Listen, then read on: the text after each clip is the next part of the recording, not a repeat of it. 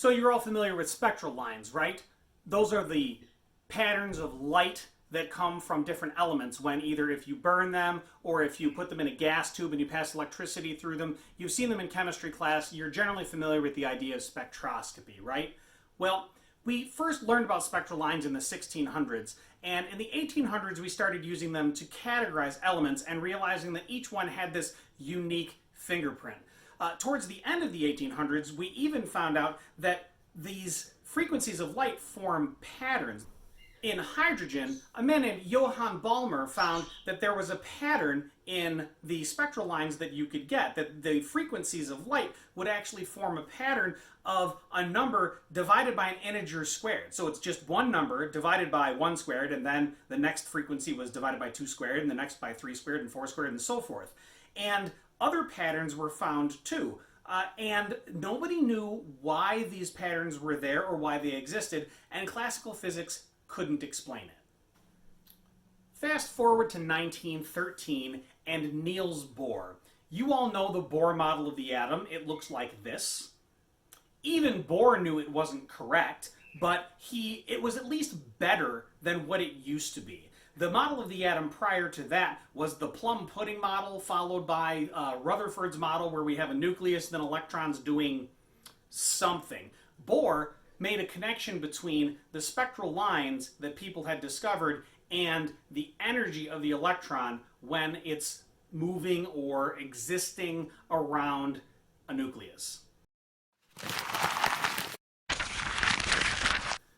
So Bohr wasn't just playing around. Bohr was trying to come up with a mathematical formulation that would explain these spectral lines in a comprehensive way. And he borrowed a technique from Max Planck. If you recall, Planck was trying to characterize those black body radiation curves, and he couldn't get it to work without quantizing the energy. Well, quantizing the energy here didn't really work, but what did work was quantizing the angular momentum.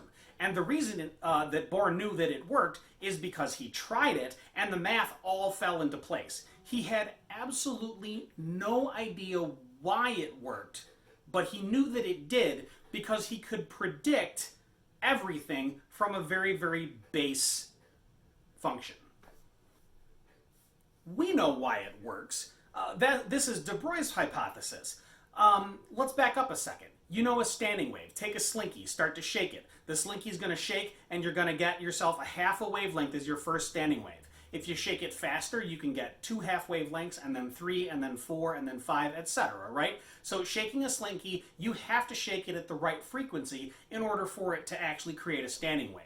Well, it turns out that electrons are acting like waves around the nucleus. They're not orbiting. They're waving as they go. They're creating a circular standing wave around the nucleus. And just like a regular standing wave, they can only exist in half a wavelength, 2 halves a wavelength, 3 halves, and so forth. Each one of those standing wave patterns is what we call an energy level. It doesn't look anything like this. It doesn't actually look like this either, but it's much, much better. This is a model that is closer to the truth than what we had before Bohr did his work. So what are you going to be expected to do with this material? So on your reference tables, you have 2 sets of energy level diagrams, one for hydrogen, one for mercury. Now these 2 diagrams are the energy levels of the atom. You can imagine each of these horizontal lines is actually the energy level of the Bohr model. So it's like we've snipped the Bohr model and straightened it out to create your energy levels. And you're given values here in electron volts for each one of the energy levels. Hydrogen starts at minus 13.6 electron volts and then goes up to minus 3.4 electron volts and so forth. Every element has this. You can look them up. I don't have most of them memorized. I think a lot of people don't. If you need them, you can find them. So it turns out, because these electrons can only exist in very specific energies, if a photon comes in and hits an atom and doesn't have exactly the energy necessary to jump the electron up into a higher energy state, then the electron won't absorb the photon at all, and the photon will pass right through. It won't get absorbed. And so that atom is going to be transparent to that color of light.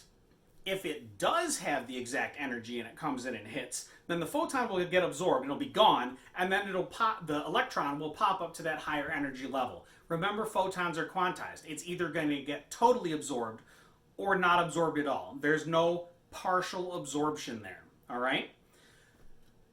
If the photon that comes in and hits has enough energy to tear the electron completely off of the atom, to ionize it, then the electron is going to fly away with a certain amount of kinetic energy. Figuring out that kinetic energy is exactly the math of the photoelectric effect. The energy of the incoming photon minus the energy necessary to pull it off of the atom equals the leftover energy that the electron has as kinetic energy as it flies away. So for example, in the ground state, an electron in the hydrogen atom has an energy of minus 13.6 electron volts. That means it takes 13.6 electron volts to tear it off of the atom. So if a 14 electron volt photon hits the electron in the ground state, how much energy does the electron have left over? Well, it has minus 13.6. It gains 14. Minus 13.6 plus 14 is 0.4. It has 0.4 electron volts of kinetic energy as it flies away from the atom.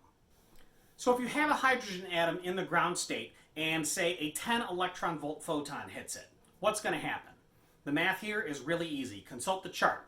Ground state, it's got an energy of minus 13.6 eV. Add 10 to that. You get minus 3.6 eV. Is minus 3.6 eV one of the allowed energy states of the electron? It is not. And what that means is that photon will pass straight through the atom. What about a photon of 12.75 eV? Same idea. Minus 13.6 plus 12.75 is 0.85. Does that match something on the reference tables? Hey, look at that. It does. It's going to jump to the n equals 4 level.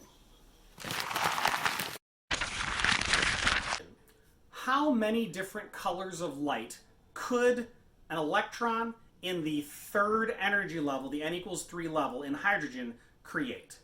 Well, it could drop from the third down to the first.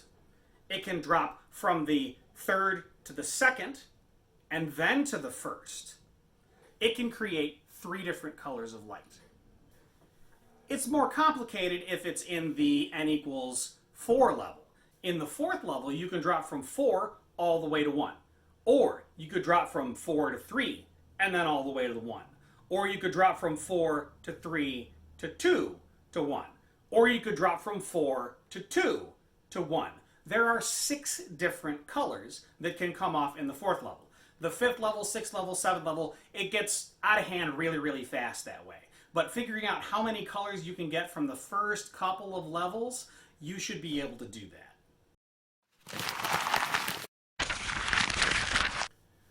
The next kind of problem you're going to have to solve is a little more involved, but not by much, okay? There's an equation on your reference tables that is absolutely insulting. It says E photon equals EF minus EI.